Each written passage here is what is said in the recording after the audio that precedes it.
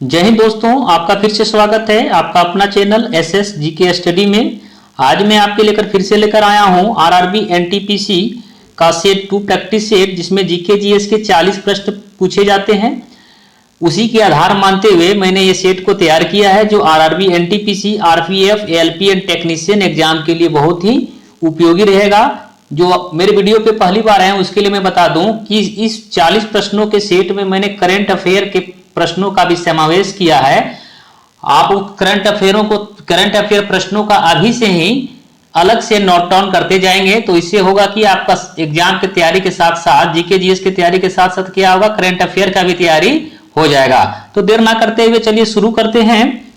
आपका पहला प्रश्न रहेगा, दिल्ली सल्तनत की पहली महिला शासिका, थोड़ा मिस्टेक हुआ है, शासिका, दिल्ली सल्तनत की पहली महिला शासिका रजिया सुल्तान किस वंश की थी? तो आपको बता दें, दिल्ली सल्तनत की जो पहली महिला शासिका रजिया सुल्तान थी वह गुलाम वंश से थी। किस वंश से? गुलाम वंश से। इसलिए राइट आंसर इसका क्या हो जाएगा? ऑप्शन नंबर ए, गुलाम वंश।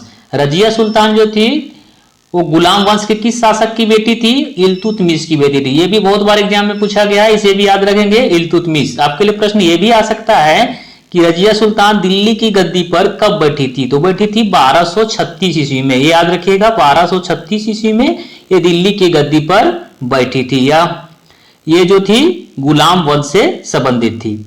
दूसरा प्रश्न है, प्रसिद्ध सांची स्तूप कहाँ स्थित है?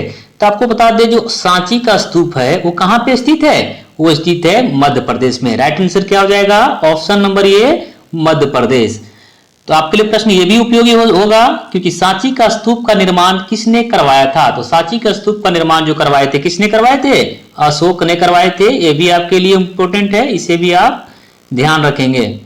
तीसरा नंबर प्रश्न है, 1 रुपये के नोट पर किसका हस्ताक्षर होता है? तो 1 रुपये के नोट पर किसके हस्ताक्षर होते हैं? तो होते हैं वित्त सचिव के। राइट आंसर क्या हो जाएगा? ऑप्शन नंबर बी, वित्त सचिव। 1 रुपये के नोट पर जो हस्ताक्षर होते हैं होता है वित्त सचिव का। चौथा नंबर प्रश्न रहेगा, मोटर गाड़ी के चालक के सामने लगा रहता है, मोटर गाड़ी के चालक के सामने कौन सा दर्पण लगा रहता है? तो आपको बता दें, मोटर गाड़ी के चालक के सामने जो दर्पण पीछे देखने के लिए लगा रहता है वह रहता है उत्तल दर्पण। इसलिए राइट आंसर क्या हो जाएगा? ऑप्शन नंबर सी, उत्तल दर्पण। पांचवा नंबर प्रश्न रहेगा, मालती माधव के लेखक थे। तो मालती माधव के जो लेखक हैं वो कौन थे? वो थे भवभूति। इसे आप याद रखेंगे, मालती माधव के जो लेखक थे वो कौन थे? भवभूति। छठा नंबर प्रश्न है,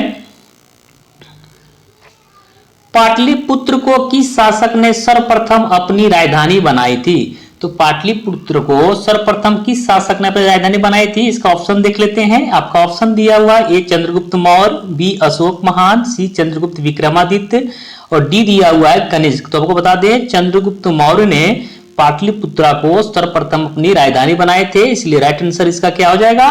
ऑप्शन नंबर ए, चंद्रगुप्त मौर्य। आपके लिए प्रश्न रहेगा कि मौर्य वंश के संस्थापक कौन थे? अगर आप इसे जानते हैं तो इसे कमेंट में बताइए कि मौर्य वंश के संस्थापक कौन थे। इसी तरह बीच बीच में आपके लिए प्रश्न हम पूछेंगे, इसका जवाब अगर जानेंगे आप लोग तो इसे कमेंट में देने का प्रयास करेंगे। सातवां नंबर प्रश्न है, ये करंट अफेयर का प्रश्न है, इसे आप नोट करते जाएंगे। किस भारतीय पैरा एथलीट ने पेरिस ओलंपिक 2024 में, ध्यान रखिएगा पैरा एथलीट है, पैरा ओलंपिक का बात हो रहा है, किस भारतीय पैरा एथलीट ने पेरिस ओलंपिक 2024 में पुरुष की ऊंची कूद में स्वर्ण पदक जीता है? तो किसने जीता है ऊंची कूद में स्वर्ण पदक? तो वो है परवीन कुमार। इसे भी आप ध्यान रखिए, करंट अफेयर का तैयारी करने के लिए साथ में क्या करें, कॉपी और पेन रखें, उसको आप नोट डाउन करते जाएं। राइट आंसर हो जाएगा परवीन कुमार। आठवां प्रश्न है, श्रीमती एनी बेसेंट कांग्रेस की अध्यक्ष कब निर्वाचित हुई थी? तो श्रीमती एनी बेसेंट जो है कांग्रेस की अध्यक्ष कब बनी थी? तो बनी थी कलकत्ता अधिवेशन 1917 में। कब बनी थी? 1917 ईस्वी में। राइट आंसर क्या हो जाएगा? ऑप्शन नंबर ए, कलकत्ता अधिवेशन 1917। राइट। आपके लिए प्रश्न रहेगा कि कांग्रेस की स्थापना जो हुआ था कब हुआ था? आप इसे कमेंट में बताने का प्रयास करेंगे, कांग्रेस की स्थापना जो हुआ था वो कब हुआ था। 9वां नंबर प्रश्न है न्यूट्रिनो के खोजकर्ता हैं, तो न्यूट्रिनो के खोजकर्ता कौन है? तो आपको बता दें न्यूट्रिनो के खोजकर्ता कौन है? पाउली हैं, इसे आप याद रखिएगा। राइट आंसर क्या हो जाएगा? Option number B Pauli. यदि न्यूट्रॉन रहता तो क्या हो जाता? न्यूट्रॉन का जो खोज किया है ये न्यूट्रिनो है, न्यूट्रिनो को पाउली ने खोज किया था। न्यूट्रॉन का जो खोज किया है वो किसने किया था? जेम्स चैडविक ने। याद रखिएगा न्यूट्रॉन का खोज किया था किसने? James Chadwick. 10 नंबर प्रश्न है टेनिस में ग्रैंड स्लैम जीतने वाले पहले भारतीय खिलाड़ी कौन है? तो वो है महेश भूपति। इसे भी आप ध्यान रखिएगा, टेनिस में ग्रैंड स्लैम जीतने वाले पहले भारतीय खिलाड़ी कौन है? महेश भूपति। 11 नंबर प्रश्न है भारतीय संविधान में राज्य के नीति निर्देशक तत्व ग्रहण किए गए थे। तो बता दें नीति निर्देशक तत्व जो लिया गया था किस देश के संविधान से? आयरलैंड के संविधान से लिया गया था, इसे आप ध्यान रखेंगे। एकल नागरिकता की बात किया है तो ब्रिटेन के संविधान से लिया गया था। मौलिक कर्तव्य जो है वो रूस पूर्व सोवियत संघ के संविधान से लिया गया था। और समानता बंधुत्व जो लिया गया था वो कहां से लिया गया था? फ्रांस के संविधान से। 12 नंबर प्रश्न है एलिसा जांच किस रोग की पहचान करती है? आपका प्रश्न दिया हुआ है एलिसा जांच जो है किस रोग के पहचान के लिए किया जाता है? तो किया जाता है एड्स के लिए। राइट आंसर क्या हो जाएगा? Option number D AIDS. 13 number प्रश्न है भारतीय संविधान के किस अनुच्छेद में प्रेस की स्वतंत्रता दी गई है? भारतीय संविधान के किस अनुच्छेद में प्रेस की स्वतंत्रता दी गई है? तो आपको बता दें प्रेस की स्वतंत्रता का जो संबंध है अनुच्छेद का 1 से है, अनुच्छेद 19 का 1 से। राइट आंसर क्या हो जाएगा? ऑप्शन नंबर डी अनुच्छेद 19 का 1। 24 नंबर प्रश्न दिया हुआ है भारत के संविधान की प्रस्तावना में प्रथम संशोधन कब किया गया था? तो भारत के संविधान की प्रस्तावना जो प्रथम संशोधन किया गया था वो किया गया था 42वां संविधान संशोधन 1976 के द्वारा। राइट आंसर क्या हो जाएगा? Option number C 1976। कौन सा संविधान संशोधन? 42वां। इसे भी याद रखिएगा, ये भी इंपॉर्टेंट है। 42वां संविधान संशोधन 1976 में प्रस्तावना में प्रथम बार संशोधन किया गया था। 15 नंबर प्रश्न है आंसू गैस में प्रयुक्त होता है, तो आंसू गैस किसे कहा जाता है? क्लोरोएसिटोफेनॉन को। क्या कहा जाता है? क्लोरोएसिटोफेनॉन को आंसू गैस कहा जाता है। 16 नंबर प्रश्न है दक्षिण अफ्रीका में पाए जाने वाले शीतोष्ण कटिबंधीय घास भूमियों को क्या कहा जाता है? तो दक्षिण अफ्रीका में जो पाया जाता है शीतोष्ण घास का मैदान वो क्या कहा जाता है? वेल्ड कहा जाता है। राइट आंसर क्या हो जाएगा? ऑप्शन नंबर ए वेल्ड। 17 नंबर प्रश्न दिया हुआ है भारतीय संविधान के किस अनुच्छेद में वित्तीय आपातकाल से संबंधित प्रावधान है? तो वित्तीय आपातकाल का संबंध जो है अनुच्छेद 360 से है। किससे है? अनुच्छेद 360 से। राइट आंसर क्या हो जाएगा? ऑप्शन नंबर सी अनुच्छेद 360। अनुच्छेद 368 का जो संबंधित है वो है संविधान संशोधन से। संविधान संशोधन जो है अनुच्छेद 368 के तहत किया जाता है। 352 का संबंध है राष्ट्रीय आपात से। अनुच्छेद 72 का संबंध है राष्ट्रपति का क्षमादान से। क्या है? राष्ट्रपति के क्षमादान जो है वो किस अनुच्छेद के तहत है? अनुच्छेद 72 के तहत। इसे भी आप लोग याद रखिएगा। 18 नंबर प्रश्न है अरविंद केजरीवाल के करंट अफेयर है, इसे भी आप नोट डाउन करते जाएं। अरविंद केजरीवाल के इस्तीफे के बाद दिल्ली के नए मुख्यमंत्री के रूप में किसे चुना गया है? तो सभी आप लोग जानते होंगे कि अरविंद केजरीवाल के इस्तीफा देने के बाद दिल्ली के नए मुख्यमंत्री के रूप में चुना गया किसे? आतिशी को चुना गया है। राइट आंसर क्या हो जाएगा? ऑप्शन नंबर सी आतिशी। 19 नंबर प्रश्न है वर्ष 1946 में गठित अंतरिम कैबिनेट की अध्यक्षता किसने किया था? वर्ष 1946 में गठित अंतरिम कैबिनेट की अध्यक्षता जो है किसने किया था? जवाहरलाल नेहरू ने। राइट आंसर क्या हो जाएगा? Option number C Jawaharlal Nehru. 20वां नंबर प्रश्न है भिलाई, दुर्गापुर, राउरकेला में लौह इस्पात संयंत्र की स्थापना किस पंचवर्षीय योजना के दौरान की गई थी? तो किया गया था दूसरे पंचवर्षीय योजना के दौरान। कौन सा पंचवर्षीय योजना? दूसरा पंचवर्षीय योजना के दौरान। तो इसलिए राइट आंसर क्या हो जाएगा? ऑप्शन नंबर बी दूसरा पंचवर्षीय योजना।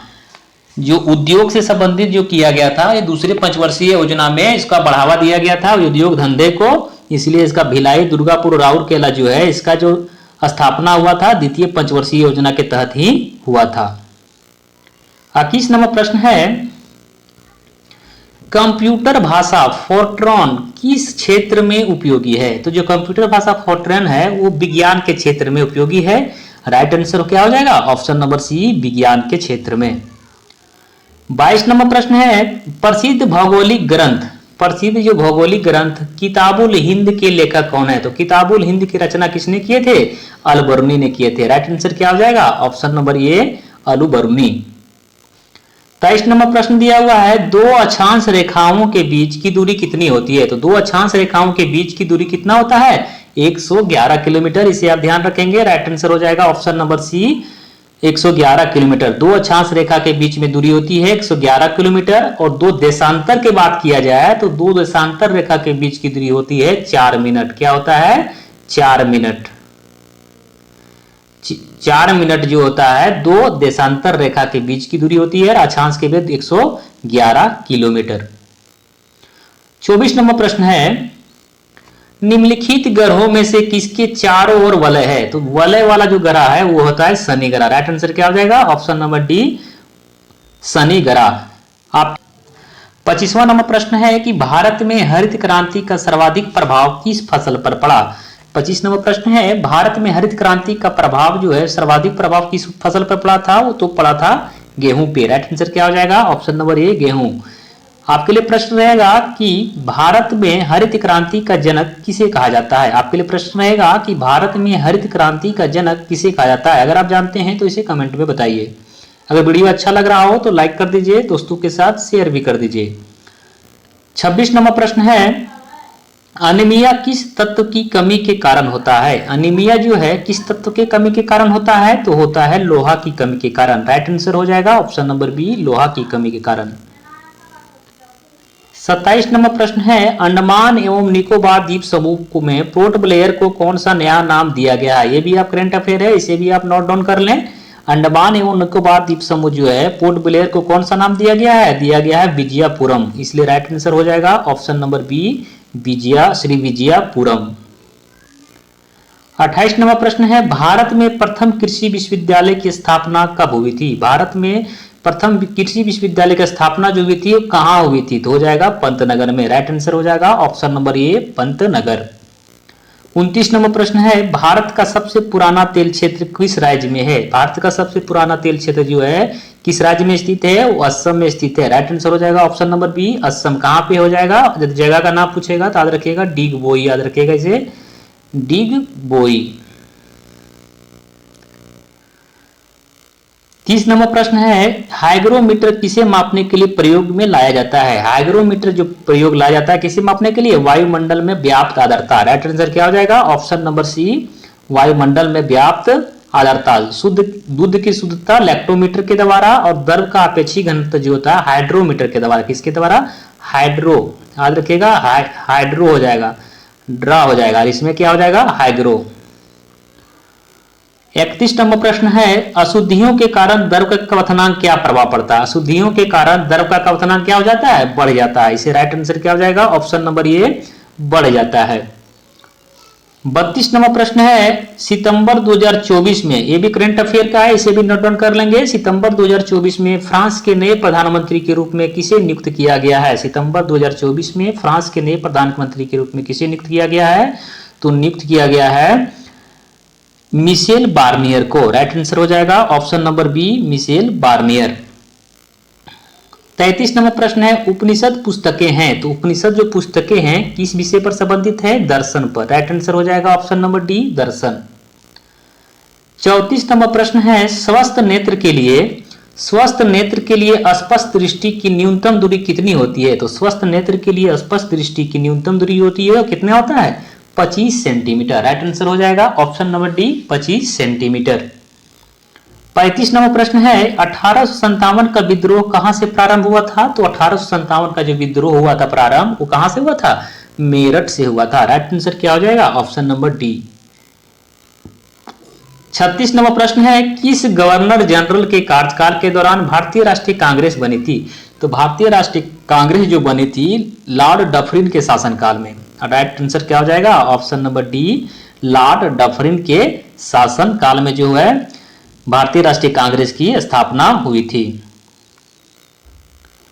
37 नंबर प्रश्न है, राष्ट्रपति संविधान के किस अनुच्छेद के अंतर्गत लोकसभा को भंग कर सकता है? तो राष्ट्रपति संविधान के अनुच्छेद 85 के तहत लोकसभा को क्या कर सकते हैं? वो भंग कर सकते हैं। राष्ट्रपति शासन से संबंधित 356 अनुच्छेद जो है राष्ट्रपति शासन से संबंधित है। 38 नंबर प्रश्न दिया हुआ है, प्रतिध्वनि का क्या कारण है? तो प्रतिध्वनि का कारण है ध्वनि का परावर्तन। क्या है? प्रतिध्वनि का क्या कारण है? ध्वनि का परावर्तन। राइट आंसर हो जाएगा ऑप्शन नंबर ए, ध्वनि का परावर्तन के कारण हमको प्रतिध्वनि सुनाई पड़ती है। 39 नंबर प्रश्न है, भारत छोड़ो आंदोलन के दौरान इंग्लैंड का प्रधानमंत्री कौन था? तो इंग्लैंड का प्रधानमंत्री भारत छोड़ो आंदोलन के समय कौन थे? Winston Churchill. राइट आंसर क्या हो जाएगा? ऑप्शन नंबर ए, विंस्टन चर्चिल। जैसा कि आरआरबी एनटीपीसी में जीके जीएस जो प्रश्न जो पूछे जाएंगे वो 40 प्रश्न ही पूछे जाएंगे। तो आज का 40वां प्रश्न रहेगा, चंद्रगुप्त मौर्य ने अपना अंतिम समय कहां बिताया था? तो चंद्रगुप्त मौर्य जो है अपना अंतिम समय कहां बिताए थे? वो बिताए थे श्रवण बेलगोला में। राइट आंसर क्या हो जाएगा? ऑप्शन नंबर डी, श्रवण बेलगोला। वीडियो कैसा लगा? यदि वीडियो आपको अच्छा लगा हो तो लाइक कर दीजिए, दोस्तों के साथ शेयर भी कर दीजिए, तथा मेरे चैनल पे पहली बार आए हैं तो चैनल को सब्सक्राइब करके बेल आइकन को ऑन कर लीजिए ताकि आपको इस प्रकार से वीडियो मिलता रहे। चलिए मिलते हैं आपको नेक्स्ट प्रैक्टिस सेट के साथ, तब तक के लिए धन्यवाद।